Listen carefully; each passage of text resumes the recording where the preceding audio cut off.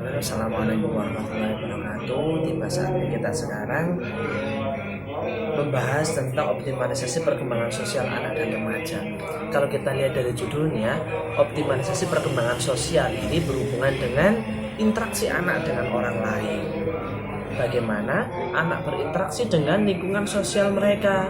Maksudnya lingkungan sosial itu siapa? Dengan temannya, dengan keluarganya, dengan tetangganya, dengan orang-orang sekitarnya.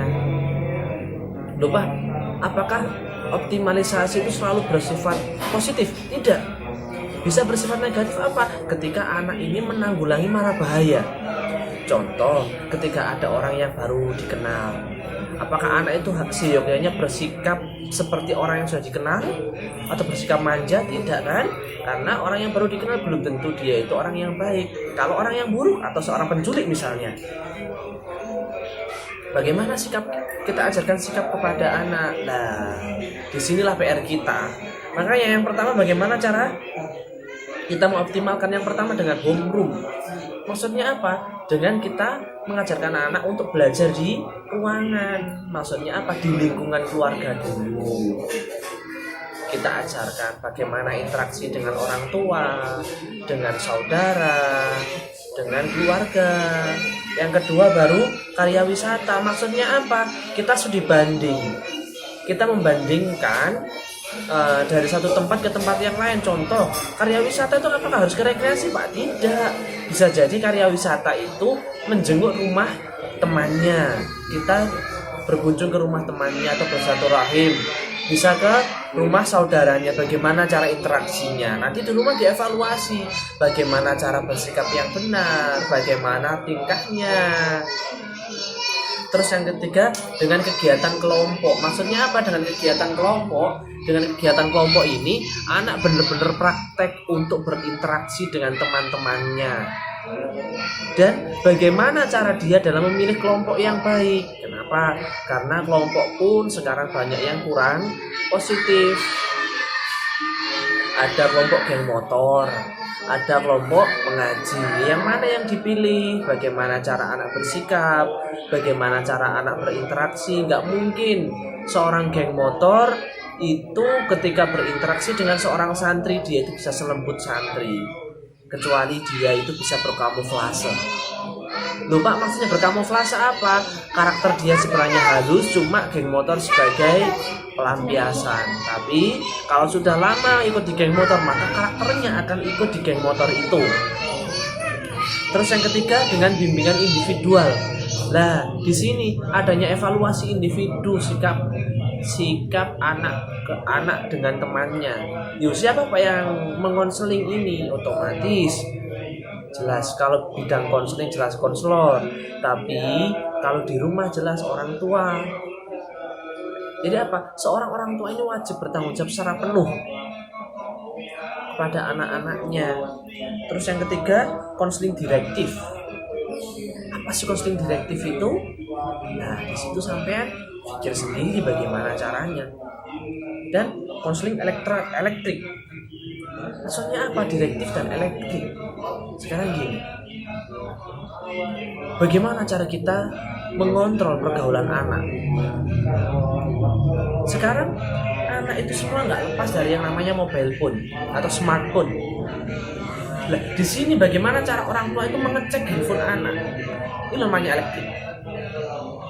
Jadi nggak hanya kita itu berdasarkan perkataan anak, tapi juga ada buktinya. Contoh, sekarang akses video porno mudah banget, tinggal ketik di YouTube video porno muncul semuanya. Nah, dari sinilah kita bagaimana cara melihat riwayat apa yang dilihat itu. Makanya sebagai seorang orang tua itu harus canggih, lebih canggih daripada anak. Kalau orang tua nggak canggih berarti kita harus belajar. Jadi intinya semuanya itu harus di backup. Nah, bagaimana Pak caranya agar kita itu bisa mengontrol anak? Dengan cara yang pertama, kita bangun trust dulu dengan anak. Yang kedua, kita pantau anak dimanapun dia berada. Lupa apakah kita selalu mengendap-endap ketika dia hendak? Cukup kita lihat dari jauh siapa temannya, cukup apa yang dilakukan cukup. Dengan cara itu tadi elektronik dia, elektronik si anak kita pantau terus apa dan sedang apa anak itu. Makanya sandi di HP ini, kalau anak itu HP-nya disandi maka pasti ada sesuatu yang dirahasiakan. Nah, seyogianya apa? HP nggak ada sandinya. Kenapa? Untuk memudahkan orang tua dalam cross check. Makanya kata-kata optimalisasi ini berarti apa yang melakukan itu adalah orang tua kepada si anak. Itu utamanya. Makanya perkembangan sosial bagaimana cara orang tua dalam mengajarkan anak dalam berinteraksi dengan teman-temannya. Pak, berarti lingkungan itu amat sangat menentukan perkembangan sosial anak, jelas. Ingat kata pepatah, orang itu ketika berkumpul dengan ahli parfum maka dia juga akan ikut wangi. Tapi ketika anak itu berada di tukang sate maka baunya pun akan ikut bau sate. Maksudnya apa? Ketika anak itu berada di lingkungan yang baik maka interaksi anak kepada lingkungannya juga insya Allah baik. Tapi ketika anak ini berada di lingkungan yang kurang baik maka anak juga yang terjadi apa? Lingkungannya apa? Interaksinya kurang baik. Tapi lagi-lagi hidayah itu milik Allah, tidak bisa kita ganggu-gugat. Maksudnya apa? Orang yang baik belum tentu baik selamanya. Orang yang buruk belum tentu buruk selamanya. Tergantung pada hidayah yang diberikan oleh Allah. Ketika Allah sudah kun fayakun membalik dia jadi orang yang baik, nah orang yang buruk jadi orang yang baik, siapa yang bisa? Tapi apa? Hanya orang-orang pilihan. Makanya kita sebenarnya mengajarkan ini semua dari kecil. Lupa, anak sekarang itu dari kecil sudah pegangannya HP. Yang terjadi maka apa? Maaf, interaksinya dengan HP, interaksi dengan sosial mereka kurang banget. Oleh karena itu sebenarnya apa? Anak SD ke bawah itu belum boleh dipegangi HP. Alasannya apa? Mereka itu membangun trust, membangun jati diri, membangun lingkungan sosial mereka.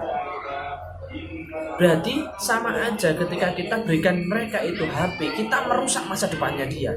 Lupa, anak sekarang itu kalau nggak diberikan HP dia akan menangis, tidak apa-apa. Kita alihkan HP mungkin ke video game, mungkin ke PS atau ke apa. Yang penting apa? Bagaimana kita bangun interaksi sosial anak. Dan orang tua itu nggak hanya mencarikan lingkungan yang bagus untuk anak, nggak hanya mencarikan pendidikan yang bagus untuk anak, tapi juga bagaimana orang tua itu meletakkan anak pada lingkungan yang terbaik. Contoh di pondok pesantren, contoh juga di sekolahan secara umum, bagaimana lingkungannya. Makanya evaluasi itu dari segala bidang. Kalau memang orang tua itu tidak bisa, maka kita pasrahkan saja. Maksudnya pasrah ke siapa Pak? Mungkin kita berikan anak itu ke pondok pesantren, itu pun ketika anak itu mau. Lupa, apakah orang tua itu boleh memaksakan kehendak? Boleh. Tapi apa? Anak wajib dimotivasi. Jangan sampai anak itu putus di tengah jalan. Maksudnya apa? Di tengah-tengah dia itu belajar, kemudian dia tidak kerasa. Nah, bagaimana cara anak bertanggung jawab ini loh, yang diajarkan dari kecil sebenarnya. Kita keras ke anak itu bertujuan, bukan kita keras tidak berdasar. Kita itu sayang kepada anak kita, kita sayang kepada buah hati kita, tapi kita tidak boleh menyepelekan masa depan mereka. Boleh sekarang apapun yang mereka inginkan kita turuti semuanya, tapi bagaimana masa depannya? Apakah dia nanti akan sesukses orang tuanya ketika dia sudah dewasa nanti? Belum tentu. Makanya pelajaran yang paling berharga itu adalah pelajaran yang diberikan oleh orang tua dari sejak kecil, dalam tanda kutip masa pembentukan. Bagaimana kita mengajarkan rasa tanggung jawab dan bagaimana kita mengajarkan akidah dan akhlak kepada anak. Makanya seyogyanya apa? Sebelum kita menjadi orang tua, kita harus belajar parenting dulu. Itu seyogyanya. Makanya semuanya harus bisa belajar. Terima kasih. Mohon maaf. Assalamualaikum warahmatullahi wabarakatuh.